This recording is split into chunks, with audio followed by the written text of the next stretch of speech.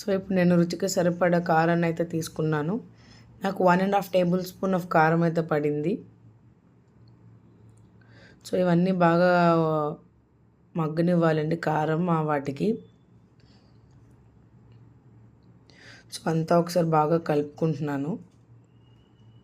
కొంచెం వాటర్ వేసాను, నేను ఒక 1/4 కప్ ఆఫ్ వాటర్ వేసాను కొంచెం బాగా ఉడకడం కోసం.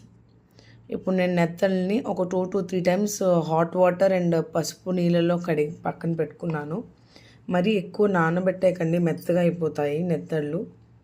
సో ఇలాగా వాటర్ వేసి ఒక 1 minute ఉంచేసి వెంటనే క్లీన్ చేసేయాలి, వాటర్ని డ్రైన్ చేసేయాలి.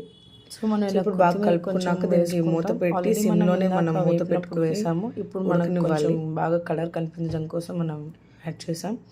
అంతటినీ ఒకసారి మూత పెట్టేసి మళ్ళీ సిమ్లో ఒక 2 minutes ఉంచుకుంటాం. సో ఇలా మళ్ళీ మూత పెట్టుకొని మనము ఒక 5 minutes అయిన తర్వాత ఆల్రెడీ ఎగ్స్ ఇలా మనకి కొంచెం పక్కన పెట్టుకున్నాను. సో వాటిని యాడ్ చేసుకుంటున్నాను. ఇప్పుడు నేను మళ్ళీ ఒక హాఫ్ కప్ వాటర్ అయితే యాడ్ చేస్తాను. సింపుల్గా ఈజీగా మంచి టేస్టీగా గుడ్లు నెత్తళ్ళ కర్రీని అయితే నేను మీకు చూపించాను. సో మీ అందరికీ